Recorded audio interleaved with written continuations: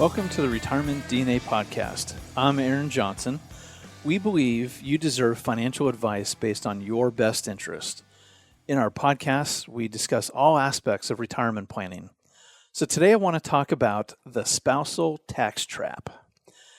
I feel it's one of those topics we just don't talk about enough. My goal today is to teach you what it is and some of the strategies you can employ to avoid it. The best way for me to explain what it is to just give you an example. So let's say there's a married couple and their names are Mike and Jane, and they're retired. Their income is a nice $100,000 a year with all of their incomes, Social Securities, pensions. So they fall at current tax rates. They fall roughly into a 12% federal tax bracket each year after the standard deductions. So that puts them at around $12,000 a year in taxes. If Mike were to pass away now, Jane would actually move to the 15% tax bracket because now she moves from the married filing jointly to the worst tax bracket that is out there, and that's the single tax bracket.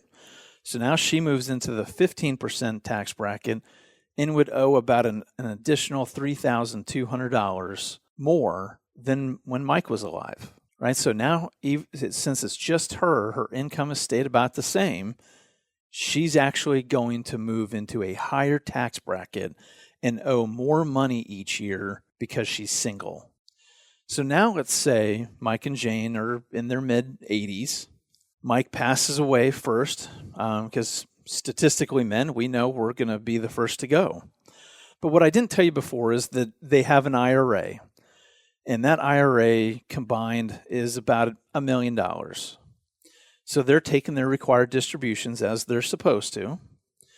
So once they've started their required distributions, plus their pensions and Social Security, they now have an income instead of $100,000 a year, it's about $180,000 a year.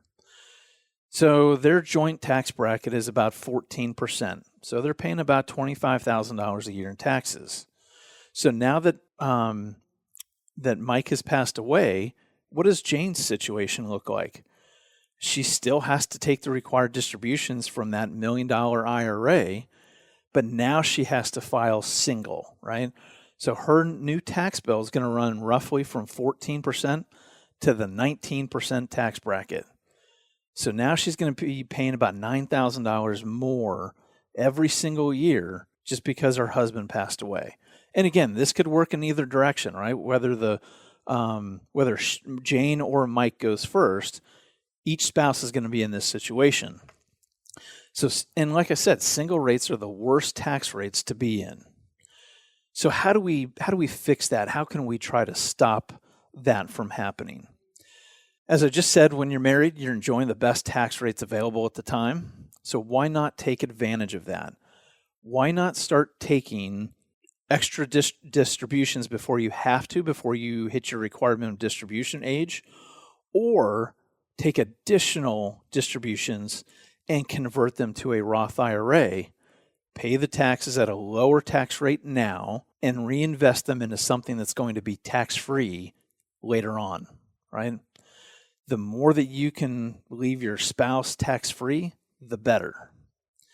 So there are really kind of three different ways in which we can kind of help lower the tax bill later on for the couple and for the surviving spouse.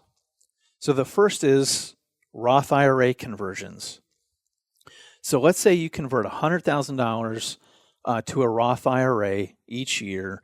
The surviving spouse now gets that money tax-free, and it's never taxed again. As we've mentioned in other podcasts, that money is now tax-free for the next 3 generations. So the disadvantage of converting, of course, is that you're going to have to pay some of those taxes now. But here's the catch. You're either going to pay them now at a lower rate, and a rate that we know what it's going to be, or you're going to pay them later at a higher rate. Most people think that when they go into retirement, they're going to be in a lower tax bracket, and that is not the case. That's a myth that it used to be kind of true, but because of healthcare costs, the cost of living and people living longer, that is just not the case anymore. So we know that you're going to be in a higher tax bracket later on. So the second way is to take the same $100,000, keep taking it for a few years, and actually buy life insurance. So the catch is, there are two catches here. You have to pay the taxes on that money. But again, we know what the rates are that you're going to be taxed at. And you have to qualify for the life insurance. Now, this goes kind of against conventional wisdom that basically just says, well, now that you are retired, you don't need life insurance.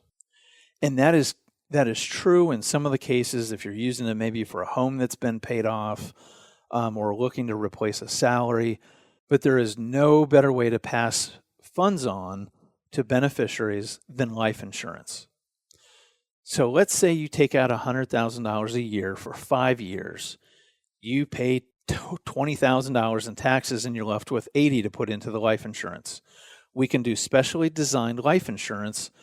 And if you do that for 5 years, you'll have taken out $500,000, but that could immediately buy roughly $800,000 or more of tax-free life insurance death benefit for the surviving spouse. And I haven't met a surviving spouse yet that was upset using this strategy and getting more money tax-free. So it also, by doing that, it also allows for some access to the funds while you're still alive if you needed it. Another nice thing is that a lot of these policies have long-term care benefit riders on them. It gets you some long-term care benefit. You can have access to some of those funds if you need it. Again, you do have to qualify for the insurance, and that's something that we can help with. But it's going to immediately provide for a much higher tax-free benefit than anything that you can find. So the third strategy is to actually combine the two above. So do some of each. So if you're converting $50,000, put half into each. It doesn't have to be all or one. It can be a combination. So that way you're keeping half of it liquid and it's going into a tax-free account. The other part is going into something that's actually going to make you make money quicker because of the type of vehicle that it's going into. So how does this help? Well, when it's done correctly, it actually helps both spouses. So when you get into your 80s to your 90s and you're taking these forced distributions, you may not want that money, but you still have to take it and you still are going to be taxed on that money.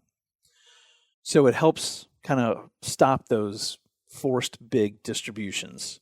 The second way is it helps the surviving spouse.